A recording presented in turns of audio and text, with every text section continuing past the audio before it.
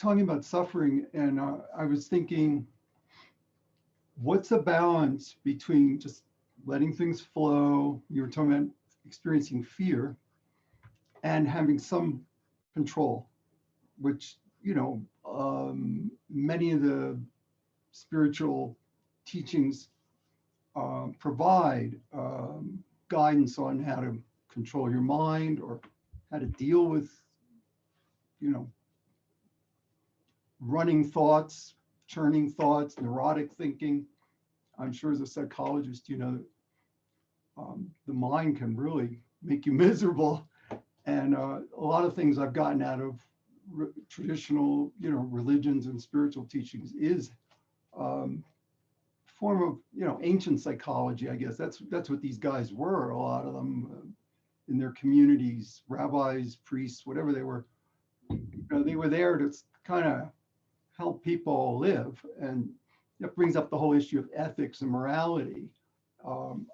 The only critique I might have of this whole let things flow attitude is some people can take that and abuse it, or use it to justify activities that may hurt themselves or others.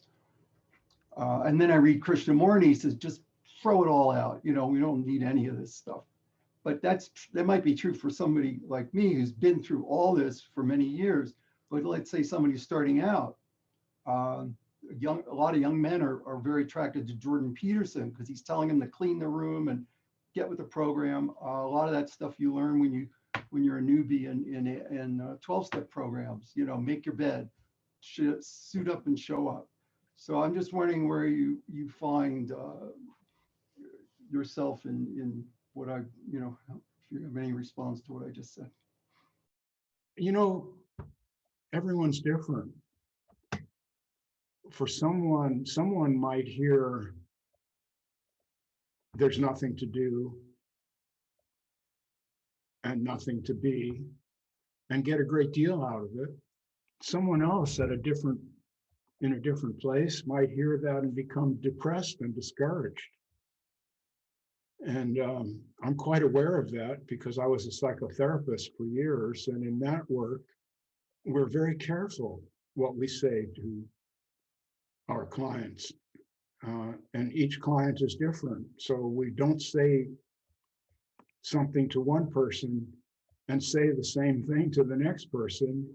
Our communications are designed and controlled in a certain way to be helpful to the person to whom we're speaking.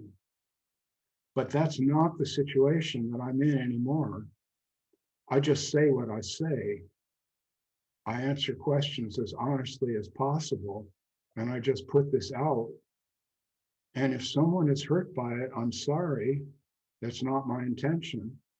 I don't mean to discourage anyone. It's certainly nothing I would want to do. But someone might hear there's nothing to do, there's nothing to get, and feel discouraged. On the other hand, someone might hear that and be relieved of a burden that person has been carrying around for years. So that's pretty much how I see that, Israel. And Jordan Peterson is a strange cat. I think he's a bit disturbed myself, although quite intelligent.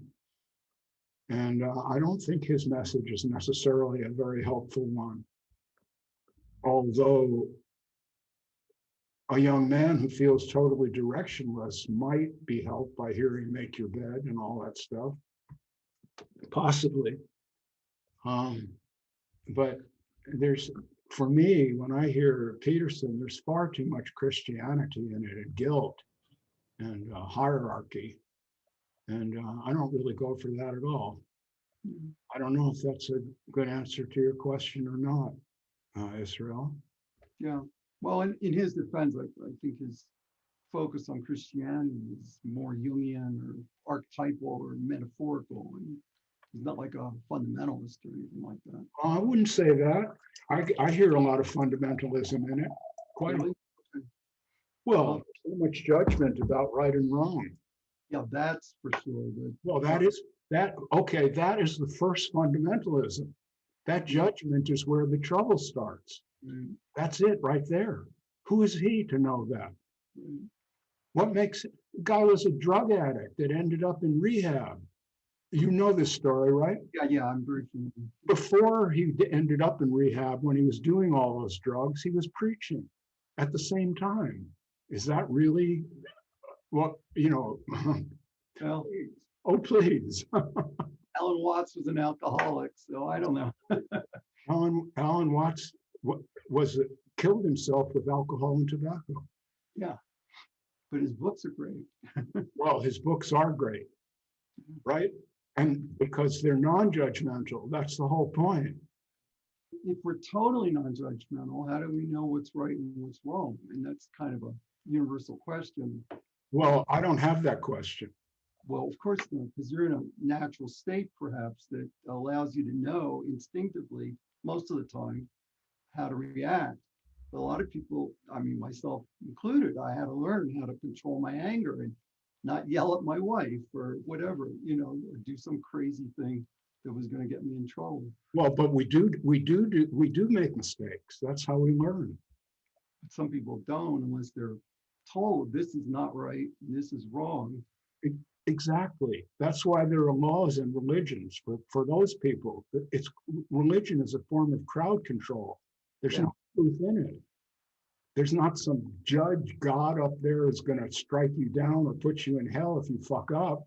That's just a fairy story that's used to control people that culture and society feels need to be under control. Right? You see, from my point of view, that's not necessary for me to know. I don't need to look at what I do and judge it as to right or wrong. It's just human. See, if I have a message at all, the message that I have is okay to be who you are right now. You really have no choice. See, you may believe I shouldn't yell at my wife, except when it comes to the yelling, you're not going to stop yourself. If you're able to stop yourself, then that yelling never would have happened in the first place. This is a little complicated to express, sorry, but we just do what we do. And this, I must stop myself, is a story we tell ourselves while this thing, it's like the overweight person who's trying to lose weight. And they say, I really mustn't have a piece of pie. I mustn't have it. I mustn't. And then they find themselves getting the pie out of the refrigerator and eating it while telling themselves, I really shouldn't be doing this. You see, we're just going to do what we do. And then we have this narrative that we put on top of, yes, okay, you know. It's like what you're saying is whether I choose to eat the piece of pie or not is also part of the happening. That is you. That's what you is. You is what you do, what you think, what you feel. That is you. Otherwise, we're all the same. It's cookie cutter. I mean, that's a hard one to grasp, that I'm not the doer. And I've been reading that for years, but it's so hard to get into that headspace. You've grasped it. Don't talk yourself out of it. You just got it. I got it. You did just get it. See, I saw you get it. It's just like when I was talking to Mono, I saw him get it. He changed, he got it. You just got it. There's no doer. You're just going to, what happens is you. What happens isn't done by you. What happens is you. I just felt this great wave of relief. Like burdens off. Beautiful. People are relieved by the things I say because what I'm saying is don't feel guilty. Be you. Feel what you feel. If guilt is part of it, okay, then you feel guilty. We all feel guilty at times. Beautiful. That's it, man. That's it. Thank you. Thank you.